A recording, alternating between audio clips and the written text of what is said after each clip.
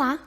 Bem-vindas e bem-vindos a mais um episódio do podcast Diálogos Olimpianos. Eu sou a Semiramis, professora de História Antiga do FSM, e hoje eu irei falar para vocês um pouco sobre a filósofa Hipátia, ou Hipácia, de Alexandria, e sobre o filme Ágora, lançado em 2009, filme que recebeu no Brasil o nome Alexandria. Eu desenvolvi vários trabalhos em parceria com meu colega e amigo professor Daniel de Figueiredo sobre este tema. Entre eles estão um artigo, alguns capítulos de livros, uma entrevista e outro episódio para o podcast do Grupo Germina da UFSC. Mas como esse assunto é bem interessante, eu resolvi trazê-lo aqui para o Diálogos Olimpianos também. De qualquer forma, eu irei deixar as referências desses trabalhos para vocês na descrição do episódio. Bem, vamos a Hipátia então.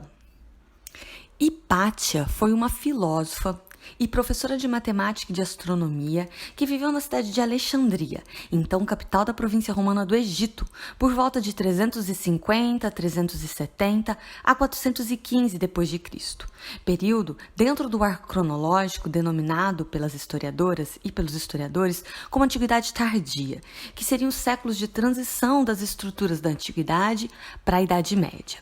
A história da filósofa de Alexandria está envolta em intrigas, em especulações, em curiosidades e em representações, assim como a de outras mulheres que ocuparam posições e cumpriram papéis especialmente legados aos homens na antiguidade, como a famosa rainha egípcia Cleópatra, as poderosas Júlias da dinastia imperial romana dos Severos, as imperatrizes teodosianas, Eudóxia, esposa do imperador Teodósio I, e Eudócia, esposa de Teodósio II, e também personagens como Pulquéria e Gala Placídia, dentre várias outras importantes mulheres aí da antiguidade. Inclusive, eu já adianto para vocês que em breve nós publicaremos um compêndio histórico de mulheres da antiguidade, em 2 volumes, que está sendo organizado por mim e pelos professores Rafael Brunhara, da URGS, e Ivan Vieira Neto, da PUC Goiás. O compêndio contará com verbetes sobre diversas mulheres históricas, literárias e míticas da antiguidade, escritos por especialistas brasileiros e estrangeiros. Bem, mas voltando à nossa Hipátia de Alexandria, nós sabemos que ela era filha do também matemático e astrônomo Teão de Alexandria. Mas Hipátia, diferentemente de seu pai, não nos legou nenhuma obra escrita, ou pelo menos nada que ela provavelmente escreveu chegou para a nossa atualidade. Ainda que seja controversa a ideia de que obras de sua autoria tenham chegado até nossos dias. Essa possibilidade é levantada em razão de haver no título do comentário do 3º livro do Tratado Matemático e Astronômico Almagesto, de Ptolomeu, a seguinte informação, abre aspas, comentário de Teão de Alexandria sobre o livro 3º do Almagesto, de Ptolomeu, edição revisada por minha filha Hipátia, a filósofa, fecha aspas. Bem, então essa frase seria uma possibilidade aí de uma revisão de Hipátia que teria chegado para os nossos dias, né? Uma revisão então da obra Almagesto de Ptolomeu. No entanto, Alan Cameron defende que Hipátia não corrigiu o comentário de seu pai, mas o próprio texto então do Almagesto. Cameron também defende, corroborado pela historiadora Maria Dzielska, que Hipátia preparou uma nova edição das tábuas do astrônomo e matemático Ptolomeu, que também viveu em Alexandria, mas durante parte do século II, né, do 2º século depois de Cristo. Mas, infelizmente, nada que ela possa ter escrito propriamente chegou para a gente. Portanto, nós sabemos apenas das possíveis atividades de Hipátia por documentos escritos por homens do seu contexto e de períodos posteriores. Embora ela tenha sido iniciada nos estudos matemáticos e astronômicos pelo seu pai, autores da própria Antiguidade Tardia reconheciam certa superioridade da filósofa em relação ao pai e mestre, né? Como é o caso de citações, por exemplo, de Filostórgio e Hesíquio de Alexandria. Também nos parece que Hipátia nutria diferentes funções, diferentes elementos aí filosóficos em relação ao seu pai, estudando filosofia neoplatônica. Ao que as evidências antigas indicam, sobretudo no que se refere ao relato do escritor Sócrates Escolástico, que escreveu sua História Eclesiástica na primeira metade do século V d.C., a atuação de Hipátia em Alexandria, além das atividades intelectuais por ela desenvolvidas, foram permeadas por uma marcante atividade política.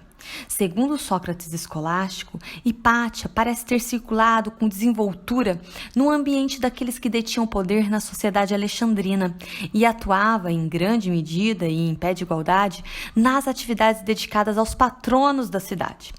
Essa atividade de intermediária no mercado de influências entre a população da cidade e o poder imperial ajudou a agregar, além de reconhecimento intelectual, prestígio e autoridade para a filósofa em sua comunidade, motivo pelo qual ela se envolveu em disputas políticas com o bispo de Alexandria, o famoso Cirilo, futuramente conhecido como Santo, o São Cirilo de Alexandria, que era uma pessoa que também buscava se destacar neste meio, uma vez que os membros desse segmento da hierarquia eclesiástica cristã afirmavam-se naquele contexto como importantes atores políticos da sociedade romana. Sobre a atuação de Hipátia, podemos ver um pouco no trecho a seguir do livro 7 da obra História Eclesiástica de Sócrates Escolástico, que o Gabriel vai ler pra gente.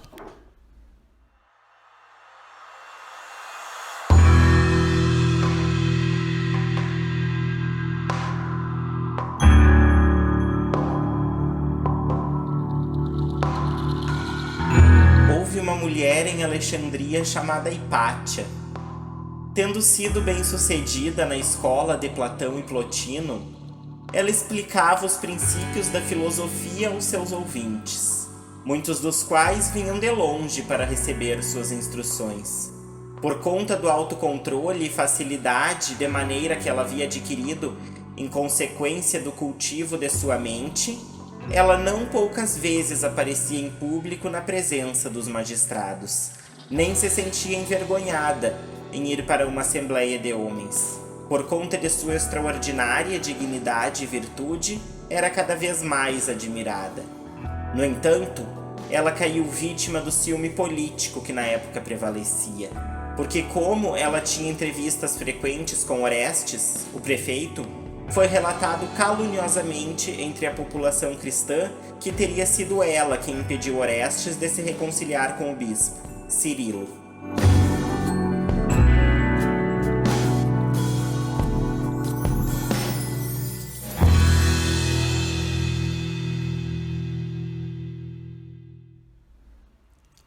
Relatos como esse, de Sócrates Escolástico, que o Gabriel acabou de ler para nós, nos mostram os conflitos que envolveram as diferentes comunidades alexandrinas na virada do século IV para o V.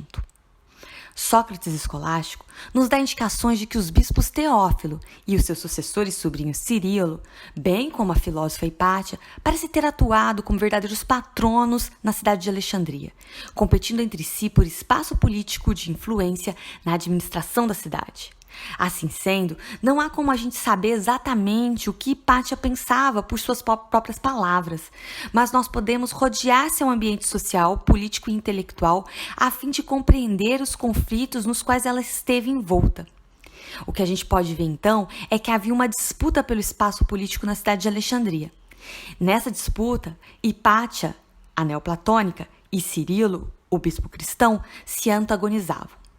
Era uma disputa, então, de poder, mas também de pontos de vista filosóficos.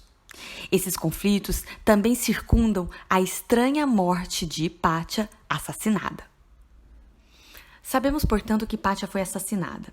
O conflito que levou ao assassinato de Hipátia indica a importância do papel exercido por ela e pelo bispo Cirilo na cidade de Alexandria naquele contexto.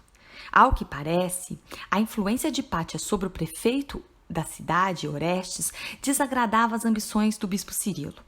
Assim, na quaresma do ano 415 ou 416, uma multidão levou Hipátia até uma igreja e ali a assassinou. A relação de Cirilo com o ocorrido é bastante controversa. Sócrates Escolástico não menciona a participação do bispo Cirilo no assassinato de Hipátia. Já o neoplatônico Damásio, um detrator dos cristãos, atribui o assassinato de Hipátia a Cirilo. Vários pesquisadores modernos tendem a atribuir culpa ou pelo menos uma responsabilidade indireta a Cirilo, que pode ter incitado as multidões contra Hipátia com seus discursos, mesmo não dando ordens explícitas para o assassinato. Depois do conflito, Sócrates Escolástico diz que Cirilo tentou se reconciliar com o prefeito Orestes, mas não obteve sucesso. O filme Alexandria, cujo título original é Ágora, como eu comentei no início do episódio, foi lançado em 2009 e retrata esse conflito envolvendo a morte de Hipátia como uma espécie de metáfora para problemas contemporâneos entre fé e razão, onde a fé é simbolizada no filme pelo bispo Cirilo e a razão pela filósofa Hipátia. Por ser uma produção espanhola do diretor de cinema hispano-chileno Alejandro Amenábar, nós já temos aí uma peculiaridade do filme, pois não se trata de um filme hollywoodiano propriamente. Ágora, ou Alexandria, promove uma polarização entre os pagãos e os cristãos na Antiguidade Tardia e associa a emergência do cristianismo à decadência dos valores clássicos, logo, da racionalidade na leitura dessa produção cinematográfica. Para compreender melhor essa construção do contexto, é preciso nos remeter a quem é Alejandro Amenábar e qual o cenário geral da Espanha de onde ele está falando. Segundo informações da própria página oficial de Alejandro Amenábar na internet, ele nasceu no ano de 1972 em Santiago do Chile e sua família emigrou para a Espanha no ano de 1973, poucos dias antes do golpe militar que derrubou no Chile o governo do presidente socialista Salvador Allende. Se naquele momento a terra natal de Amenábar, o Chile, experimentava o início de um sangrento regime discricionário, a sua terra de acolhida, a Espanha, começava a vivenciar concomitantemente um período de transição para a democracia após a longa ditadura do general Francisco Franco, morto em 1975. A ultraconservadora Igreja Católica Espanhola foi considerada como parte integrante do establishment político que deu sustentação ao regime franquista. Durante o período de transição, a Igreja também se constituiu numa importante interlocutora deste processo, pois desempenhou um papel de destaque na formação da consciência nacional espanhola. A sua participação durante esse processo esteve relacionada ao seu interesse em preservar alguma forma de hegemonia espiritual no novo sistema democrático que emergia. A Espanha, desde então, encontra-se dividida entre duas forças políticas antagônicas e representativas da sociedade, que se agrupam em torno do Partido Popular e do Partido Socialista Operário Espanhol. O primeiro, o Partido Popular, representa as forças políticas de orientação direitista, fortemente vinculadas aos valores conservadores propagados pela Igreja.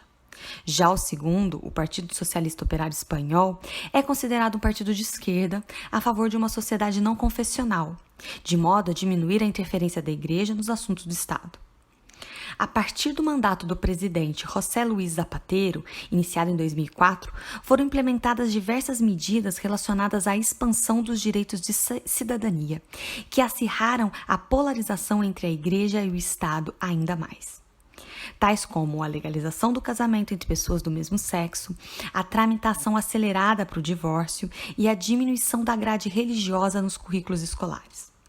Essas medidas políticas suscitaram fortes reações da Igreja através de campanhas pela valorização da família e, num fato inédito, a beatificação pelo Vaticano de uma só vez, em 28 de outubro de 2007, de 498 pessoas consideradas perseguidas durante a Segunda República.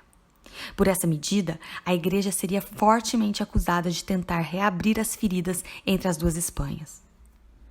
Parece-nos então que no filme Alexandria, o diretor Alejandro Amenábar não está dialogando apenas com o passado ao promover uma polarização entre os pagãos e os cristãos da Antiguidade Tardia, e nem tampouco quando associa a emergência do cristianismo à decadência dos valores clássicos. Percebemos que profundas disputas ideológicas dentro da sociedade espanhola atual norteiam o direcionamento que ele buscou imprimir nos conflitos entre os diferentes grupos que disputavam espaço político na passagem do século IV para o século V na cidade de Alexandria. É assim que vemos a construção de personagens altamente estereotipados no filme. Hipátia, a filósofa considerada pagã, é apresentada como a encarnação do bem. Representada pela atriz britânica Rachel Weisz, em geral ela aparece com roupas em tonalidades claras e com um semblante sempre muito calmo. Suas atitudes são altamente racionais, embora ela seja sensível e religiosamente fiel e forte. Ao mesmo tempo, Cirilo, o bispo cristão, é representado pelo ator israelense Sami Samir, que é apresentado com roupas em tonalidades escuras. Seu semblante e suas expressões estão sempre fechados e suas atitudes são autoritárias e impositivas. Pela construção dessas personagens, nós podemos ter uma ideia da mensagem crítica em relação ao cristianismo que o diretor Alejandro Amenábar busca estabelecer. Eu penso, inclusive, que a própria escolha dos atores, uma britânica para representar Hipátia e um israelense para representar Cirilo, pode ter um tom, talvez, orientalista.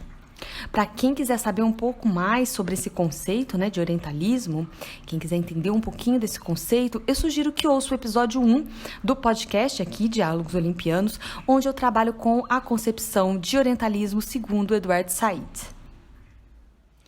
Bem, no filme Alexandria, o cristianismo ainda é apresentado como uma religião de pobres miseráveis manipulados pelo maléfico bispo Cirilo por questões políticas. Diante disso, nós podemos ver que o cristianismo é mostrado chegando até a elite de Alexandria não pela fé, mas por uma manipulação com interesses políticos. O cristianismo é, então, o representante do mal na terra, da falta de reflexão e de crítica, da intolerância e da alienação. Aquilo que destrói o saber antigo, simbolizado aí na filósofa Hipátia e na biblioteca de Alexandria, que após sofrer uma invasão cristã, acaba virando pasto de animais. E abre, com essa destruição, uma nova época, a Idade Média, mostrada no filme como os, entre aspas, 1000 anos de trevas, em que a humanidade esteve mergulhada. Assim, nós podemos perceber, nesse filme Alexandria, que as interações e os conflitos históricos entre os grupos e as doutrinas filosóficas, religiosas e políticas foram colocados de lado para dar lugar, essencialmente, ao embate entre a racionalidade dos, entre aspas, pagãos, versus o fanatismo e o desejo de poder dos cristãos. Além disso, a efervescente cena cultural e econômica da cidade de Alexandria naquele período não é mostrada, para que a decadência, a advinda das negociações políticas e a futura imposição do cristianismo tenham destaque. Bem, pessoal, com isso nós chegamos ao final de mais um episódio aqui do podcast Diálogos Olimpianos.